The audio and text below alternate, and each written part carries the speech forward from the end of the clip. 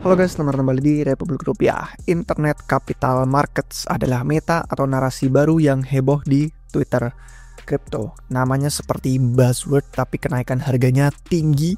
Ada yang bilang masa depan pasar modal tapi mirip sama pump fund, cuman launchpad token aneh. Nah, hari ini kita bakal bahas apakah ini legit atau scam. Let's go.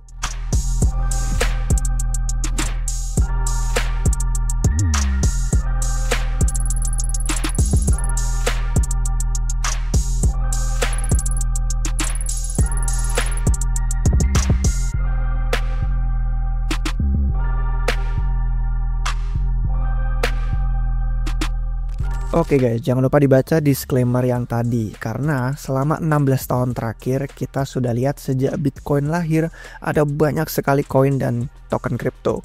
Cara meluncurkan aset kripto pun berevolusi. Dari tahun 2009 awalnya konsep mining menambang itu ada blockchain proof of work seperti Bitcoin bisa ditambang siapapun. Nggak ada presale, nggak ada alokasi token, nggak ada tim ordal, nggak ada, pokoknya persaingan terbuka. Dan itu Bitcoin melahirkan banyak fork, banyak altcoin seperti ada Ethereum, Litecoin, Monero, Zcash, dan lain-lain. 2014, itu Ethereum mengenalkan ICO, dan jadi tempat ada banyak token ERC20. Dan nama-nama seperti ETH, Chainlink, Filecoin, ada banyak itu yang gede-gede pada lahir. Cuman penipuan juga muncul dengan ICO boom ini, dan karena dianggap sekuritas regulasinya nggak jelas. Tahun 2019 akhirnya jadi ada versi yang oke deh, kita taruh di exchange yang tunduk atau patuh sama hukum, sama regulasi. Jadi namanya bukan ICO, IEO, Initial Exchange Offering. Contohnya ada BitTorrent, ada Matic Polygon, dan kawan-kawannya di launching di sana. Untuk 2020 sendiri ada DeFi, itu protokolnya tumbuh banget. Ada konsep namanya yield farming, dan token-token kayak Compound, Yearn Finance, itu yang pertama kali muncul, tapi masih banyak. Airdrop juga lahir waktu DeFi Summer ini karena Uniswap pertama kali, terus SushiSwap, terus muncul lebih banyak. DEX pun itu mulai menawarkan yang namanya IDO untuk meluncurkan token bukan di exchange yang centralized tapi di DEX yang decentralized. Kemudian 2021 di siklus bull market ya, setelah token akhirnya ada NFT, versi token yang non fungible lah. Jadi untuk koleksi digital, untuk gambar yang tidak sama dengan versi-versi lainnya. Untuk 2024 sendiri, eksperimen launchpad muncul yang kayak pump.fund, terus ada kayak daus.fund, ada juga yang baru banget minggu lalu kalau nggak salah itu boop.fund. Kemudian ada tokenisasi lewat media sosial juga mulai muncul, kayak Farcaster dan Zora itu kerjasama. Terus ada juga Twitter yang pakai AI itu kayak Clanker dan kawan-kawannya. Dan di 2025 ini udah mulai banyak yang namanya aset tradisional tuh masuk blockchain karena RWA mulai didukung regulasi AS yang lebih ramah. Dan baru-baru ini Internet Capital Markets yang bakal kita bahas itu cara baru untuk meluncurkan token, katanya sih untuk bisnis Web2. Nah, kalau misalkan kalian tertarik untuk bahasan yang saham atau aset tradisional lain atau RWA, kalian bisa komen di bawah, nanti kita bahas di episode yang terpisah. Karena yang kita mau bahas hari ini itu bukan aset tradisional masuk blockchain, tapi katanya bisnis tradisional masuk blockchain. Nah, Internet Capital Markets ini sebenarnya perusahaan yang bisa meluncurkan token mereka tanpa venture capital, tanpa pitch deck, langsung tokenisasi produk. Idenya udah ada lama, tapi heboh karena launchpad baru yang namanya Believe. Ini Believe sejauh ini masih baru di HP iOS aja, untuk Android setahu saya belum. Untuk startup yang minat di blockchain Solana bisa pakai ini. Nah, siapapun itu bisa investasi awal di startup yang baru, kayak Kickstarter ya. Dan langsung dari HP dengan Apple Pay atau dengan Stripe. Dan siapapun itu juga bisa listing token hanya dengan tweet. Nanti ada kita kasih tahu caranya. Jadi kalian bayangin aja, pokoknya untuk crowdfunding itu kan bayangannya kombinasi Kickstarter ya, Kickstarter crowdfunding, Nasdaq untuk IPO, atau pump.fund untuk memes, itu tiga-tiganya kayak digabung jadi satu Believe. Nah, caranya cuman dengan tweet, ngetek @launchcoin, terus ada ticker tokennya, terus nambah namanya apa di Twitter, Terus supply token di awal terbatas sih memang, tapi biaya awalnya itu tinggi dan market cap-nya bisa bertumbuh nanti baru bisa tokennya masuk ke likuiditas DEX kayak Meteora gitu di Solana. Kita bisa klaim 50% trading fee dengan mengkoneksikan atau ngelink akun Twitter kita, dan bagi pendapatannya itu 50% untuk builder, 50% untuk aplikasinya Believe. Nah, kalau misalkan kalian lihat itu udah mulai banyak sekarang jadinya ide aplikasi yang viral bisa langsung di tradingin. Ada yang sudah punya produk, tapi ada juga yang belum. Tapi kultur vibe coding, mungkin kalian tahu, itu lagi heboh karena ada bantuan AI yang nggak bisa coding, bisa bikin aplikasi.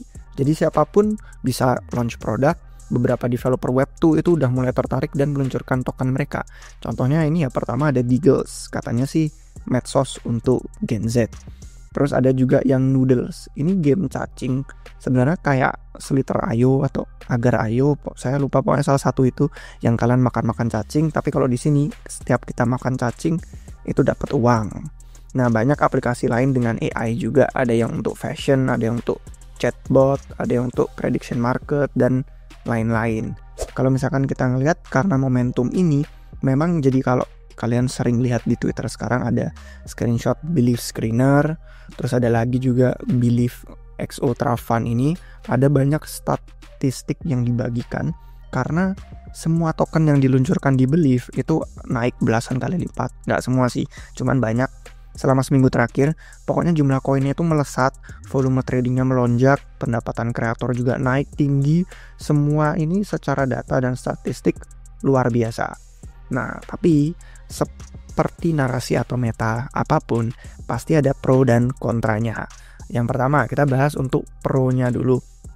Jadi tentang Believe, aplikasi ini, dan Internet Capital Markets, sebenarnya katanya jadi jalur onboarding untuk developer Web2. Dan bisnis-bisnis tradisional yang awalnya mungkin nggak tertarik kripto, jadi pengen masuk ke kripto.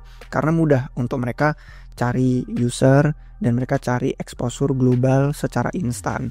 Itu katanya Nikita Beer, dia terkenal di internet dan udah diundang jadi tim Solana kalau nggak salah sekarang untuk bantu consumer app biar bisa viral. Dan ini sinyal kalau katanya ada orang yang sebelumnya nggak tertarik dengan kripto jadi mulai masuk, dan perhatian ke altcoins jadi naik. Jadi katanya yang pro dengan internet capital markets itu bilang bagus. Harga token-token juga terbang karena meta baru. Udah lama kan nggak ada meta baru. Dan kultur vibe coding tadi yang saya bilang, untuk builder-builder yang nggak punya tim, cuman solo, pemain tunggal, atau developer indie, atau komunitas kripto yang pada benci VC, venture capital tradisional. Jadi komunitas di sini bisa dapat akses langsung, investasi awal, launching awal. Ya memang pendapatan Believe langsung setara protokol DeFi yang gede loh. Dan satu bukti lagi kalau Solana biasanya selalu dapetin narasi atau meta baru di siklus ini, dan memudahkan monetisasi untuk startup yang baru di internet. Solana Foundation dan Multicoin sih pada dorong ya tren ini, pada nge-publish riset, membentuk narasinya. Ini kita biar yang tadi udah saya sebutin juga itu terkenal di internet, membantu konsumen app yang viral di Solana. Memang masih early, banyak yang nggak sustainable, tapi pendapatan itu lancar sejauh ini. Bahkan lebih besar daripada puncaknya AI agents di akhir tahun dan awal tahun ini. Bagi pendapatan bisa antara kreator, investor, dan makin banyak kreator produknya mungkin bisa jadi berkualitas, nambah user dan volume, pendapatan jadi naik, fundamentalnya meningkat, jadi harganya menguat, dan itu katanya putarannya bisa diulang-ulang. Itu argumen yang pro dengan internet capital markets. Kalau yang kontra, bilangnya adalah banyak ide yang belum ada produk atau aplikasinya. Jadi cuman karena mudah launching token ya udah kita spekulasi gambling aja token. Nah, contoh game yang tadi Noodle yang heboh kayak Slither.io, itu katanya memang cuman forknya Slither.io doang. Dan katanya developer Web2 ini pada nyuri kesempatan untuk bisa ngerampas uang dari kripto, dari komunitas Web3. Gamenya katanya sangat penuh bot dan ada banyak potensi dimanipulasi tuh dari kodenya. Seperti meta narasi lain, kalau mudah ya memang bakal mengundang penipu, dan oportunis itu bakal meluncurkan token-token aneh. Gimana juga risiko regulasi kita nggak tahu kan dengan hukum sekuritas. Karena hitungannya ini ada bisnis, ada produk, ada aplikasi, tapi karena bukan saham kita nggak punya jaminan ekuitas perusahaannya juga. Setiap aplikasi itu nggak ada hubungannya langsung dengan token. Katanya si Anatoly aja Internet capital markets cocoknya untuk aset yang produktif aja. Nah, ada yang bilang ini nggak sebesar narasi AI, jangan berekspektasi terlalu tinggi. Dan lucu kalau dibayangin nih nanti founder Web2 merasakan tekanannya founder kripto. Kan komunitas kripto ngeri-ngeri ya. Mereka kadang cuma megang holder token saldonya $10 aja, tapi bisa ngamuk-ngamuknya waktu harga turun tuh sampai menekan founder kan. Dan ini sih sampai ada yang bikin memes ya, katanya lucu nih nanti founder Web2 merasakan itu kalau masuk ke sini. Nah, secara umum memang beranda Twitter saya pada kritis semua pada kontrak kebanyakan mayoritasnya, karena katanya ini cuman memes dengan gaya. Internet capital markets idenya bagus, tapi eksekusinya kayaknya sejauh ini masih kebanyakan buzzword, disalahgunakan, dan ya bilangnya juga kata orang-orang yang kontra cuman launchpad pump.fun untuk yang ngaku-ngaku builder, padahal nggak bisa coding tapi mengandalkan AI untuk bikin aplikasi. Nah, kesimpulannya adalah ide ini bisa dapat pendanaan instan untuk yang pada masuk lewat Believe Internet Capital Markets. Dari siapapun, dimanapun, gabungan ada banyak meta yang disukai komunitas kripto. Cuman banyak yang was-was karena dianggap ini sebenarnya konyol. Tapi ya komunitas kripto pun juga masih berpikir biasanya apapun yang viral dan dapat attention juga bisa naik harga tokennya. Memang secara fundamental belum terbentuk, tapi viralitasnya itu bisa menghasilkan uang. Seperti yang kita lihat sejauh ini. Lihat saja AI agents yang produknya sebenarnya juga masih jelek. Dan kemarin benar-benar dumping parah, tapi kalau pasar sudah mulai menguat, dia terbangnya paling tinggi. Dalam jangka pendek, momentum memang didorong sama viralitas dan attention, tapi dalam jangka panjang mungkin baru cocok kita mengkhawatirkan fundamental ke depannya gimana, sustainable atau enggak. Kalau kita mau jadi kontrarian, itu biasanya nggak bisa melawan viralitas. Jadi kayak pertanyaan klasik ya yang ada di gambar ini. Do you want to be right or do you want to make money? Apakah ini meta baru? Apakah ini narasi yang legit atau scam? Gimana menurut kalian? Coba komentar di bawah. Sekian video hari ini, sampai jumpa di episode berikutnya guys. Cheers.